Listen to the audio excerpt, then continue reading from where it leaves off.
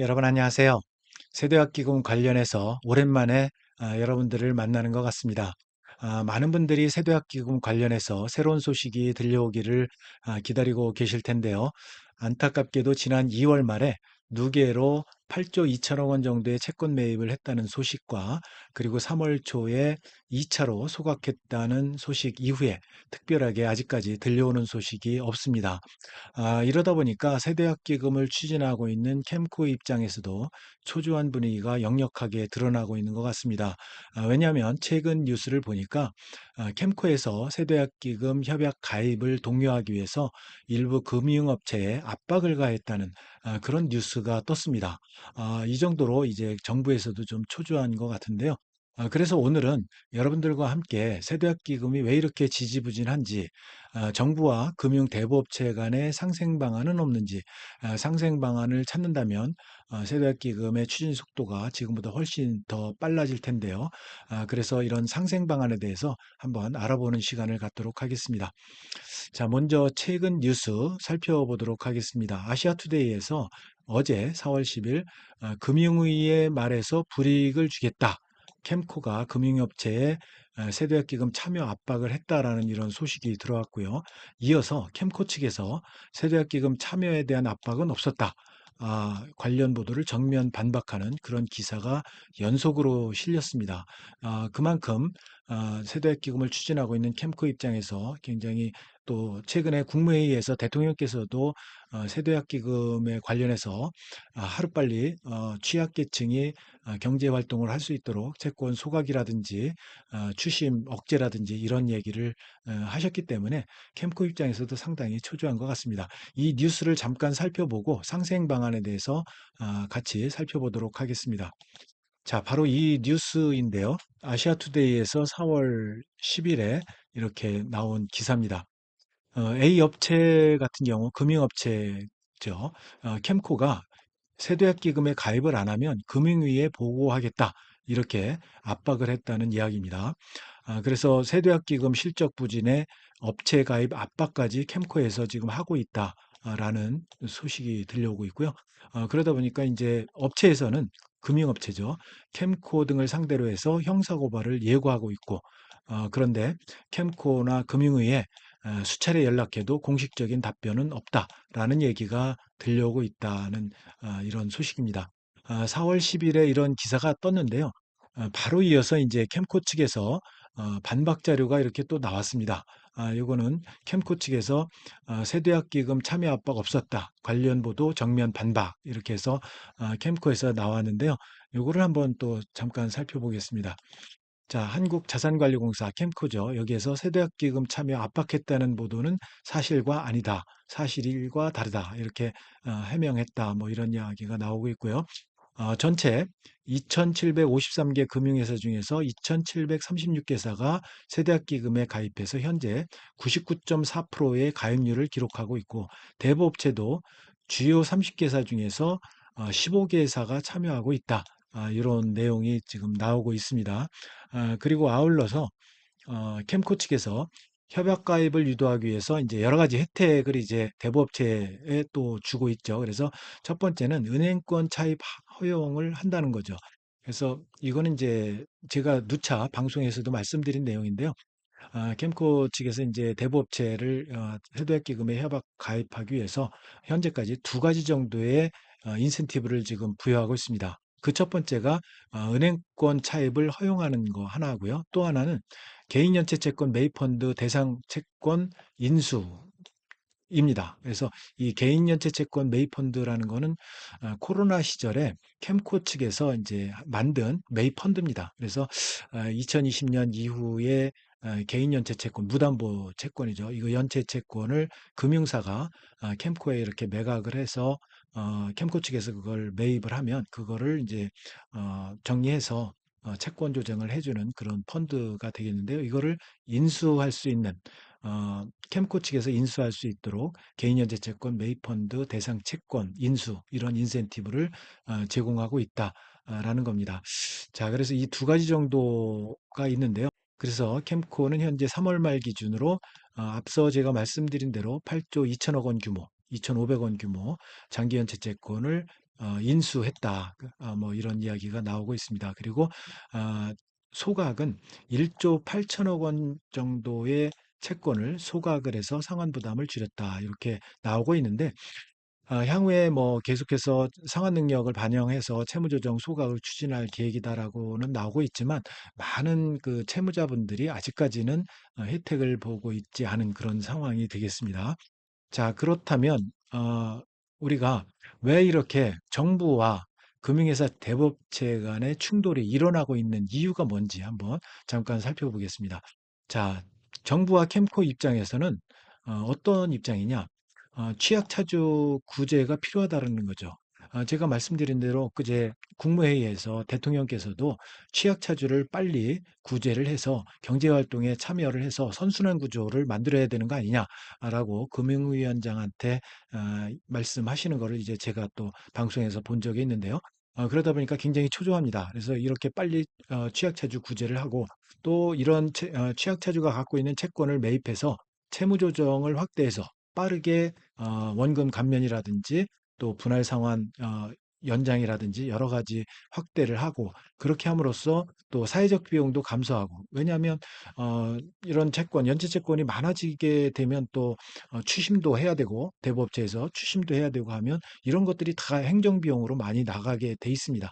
그런 여러 가지 사회적 비용 거기다가 이제 이거를 하루빨리 정리해 주면 또 취약계층들이 또 사회에 나와서 경제 활동을 하게 됨으로써 오히려 사회적 비용이 아니라 사회적 생산적인 활동이 증가하게 되니까 선순환 구조가 이루어지는 거죠. 그래서 정부에서는 이거를 이제 빨리 이렇게 처리하고 싶은 입장인데 문제는 이제 금융회사 대부업체 입장입니다. 이 여기에서는 채권을 너무 싸게 넘겨야 하는 부담이 있습니다. 지금 캠코 측에서 제시하는 게 제가 이제 일전에 방송에서 많이 드렸는데, 아, 채권 원금의 5%에 해당되는 비용만 주고 이제 넘겨라 라고 이야기를 하니까 너무 싼 거 아니냐라는 게 이제 대부업체 입장이고요. 그래서 손실이 날 수밖에 없고 그러다 보니까 참여할 이유가 이제 부족한 겁니다. 그래서 결국은 공공정책과 민간 손익이 충돌하는 그런 양상을 보이고 있다라는 거죠. 그래서 문제의 본질을 한번 살펴보겠습니다. 문제의 본질은 우선 첫 번째, 매입 가격이 너무 낮다라는 거죠. 이것도 제가 여러 차례 방송을 했습니다. 아, 업계, 그러니까 이제 대부업체에서는 금융사로부터 매입을 할 때, 저는 이제 매스컴에 나온 기사 내용을 근거로 말씀을 드리면, 평균 29%, 연체 채권에게 29%로 이렇게 매입했다는 이야기가 나오고 있습니다. 그러다 보니까 업계에서는 최소 20에서 30%를 요구하고 있는 거고요. 그런데 정부는 5%면 족하지 않냐? 5%에 매입을 하겠다. 그러니까 5%로 넘겨라. 라고 하는 겁니다. 그러다 보니까 여기 간극이 너무 커요. 너무 크다 보니까 도대체 이게 이제 협상이 안 되는 거죠. 가입이 안 되는 거죠. 두 번째 이제 강제성 논란입니다. 좀 전에 말씀드린 대로 정부에서는 사실상 어떤 인센티브, 물론 인센티브 앞서 얘기한 두 가지가 있었죠. 은행권 차입 한도 허용이라든지 또 개인연체 채권 매입펀드 인수 허용이라든지 그렇지만 이제 대부분 사실상 강제 가입 논란이 커서 민간이 반발하고 있는 거고요. 세 번째 문제는 리스크를 전가하는 겁니다. 금융회사 입장에서는 이렇게 5%로 매입을 하려고 정부가 하니까 손해 보는 거 아니냐. 이러다 보니까 이제 참여 동기가 이제 상실되는 그런 게 있는 겁니다. 그러니까 업계에서 요구하는 2, 30% 여기 이거를 다 만족시키지는 못해도 여기에 근접하는 어떤 서로 상생 조건이 있어야 되지 않느냐라는 겁니다. 그래서 해결 방안을 한번 살펴보겠습니다. 최적의 상생 방안이라고 제가 썼는데요. 이 해결 방안은 제가 세대기금 방송을 하면서 누차 말씀드린 내용이지만 다시 한번 리마인드하는 입장에서 살펴보면요. 우선 첫 번째는 매입 가격을 현실화할 필요가 있다. 이거 누차례 제가 말씀드렸는데 이게 해결되지 않고는 대부업체 앞서 말씀드린 대로 상위 대부업체 30개사 중에서 15개 업체가 현재 거의 50% 정도밖에 가입이 안 되고 있지 않습니까? 그러다 보니까 이 매입 가격을 좀 더 현실화한다면 많은 대부업체들이 세대기금에 협약할 확률이 굉장히 높아진다는 거죠.